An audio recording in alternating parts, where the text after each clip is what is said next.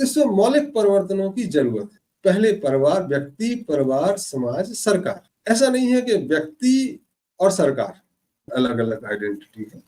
Individualism नहीं आएगा, तब एक कलेक्टिविज्म आएगा जो काफी समय से छूटा हुआ है। और ये आज का नहीं, 3,000 वर्षों जब से अप्पो दीपो भवा, पर्सनल मेडिटेशन, पर्सनल वो चीजों का जब जोर पकड़ा है, तब से ये चीजें आई। तो इस पे थोड़ा बदलाव भारत में पहले करने की जरूरत है, और इस पे शायद मंत्रालय में चर्चा नहीं, गली मोहल्ले में चर्चाओं की जरूरत है।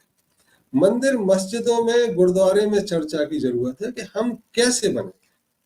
क्योंकि भारत जो भारत है, आज से 2500 वर्ष पहले तो एक ही धर्म होता था यार, सनातन कह लो, उसके बाद ही सारे आए हैं।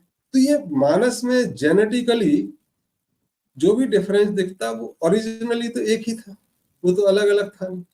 तो भारत के लोग मौलिक रूप से चीजें समझते हैं, उनको फिर से परोसने की जरूरत है, जिसको रिसरेक्शन भी कहते हैं, पुनरुद्धार भी कहते हैं।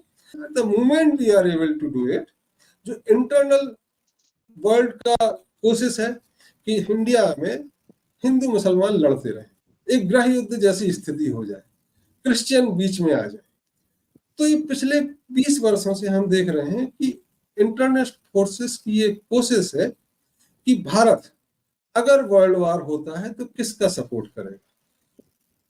ये एक मौलिक क्वेश्चन था। तो उसमें था कि ये क्रिश्चियन कंट्रीज का सपोर्ट करेगा या नहीं करेगा। ये तो क्रिश्चियन कंट्री का सपोर्ट करेगा, तो उन्होंने सोचा कि अगर भारत में स्थिरता होगी तो वो किसी का सपोर्ट नहीं करेगा, वो लड़ाई चाहेगा नहीं। तो ये कोशिश रहेगी कि भारत अब टर्मोइल में बीता रहे, आपस में गिद्ध में भिड़ा रहे। तो ये अलग अलग आप जलेबी खाएंगे, रेवड़ी खाएंगे, लेकिन भारत ये समझता है। इसलिए तुम देखोगे कि चुनाव में थोड़े बहुत प्रवचन होते हैं सरकार के द्वारा, वो एक अलग चीज है, बट चुनाव की बात every citizen is treated equally. उसमें कोई अंतर नहीं आता कि आप मुसलमान हैं, आप क्रिश्चियन हैं, आप बौद्ध हैं, जैन हैं, सिख हैं, they are there. Party line एक अलग हो सकती है, वो उनका डेमोक्रेसी का एक सिस्टम है, बट गवर्नमेंट की तरफ से एक यूनिफाइड, एक इक्वल चीजों का दिखाई देना। और जितने भी इंटेलेक्चुअल्स या सो कॉल्ड वॉइस, संतों का तो है ही कि जात न पूछो साधु की, और वो जात पात के ऊपर होते हैं, धर्म के ऊपर होते हैं। तो एक भारत का मानस है।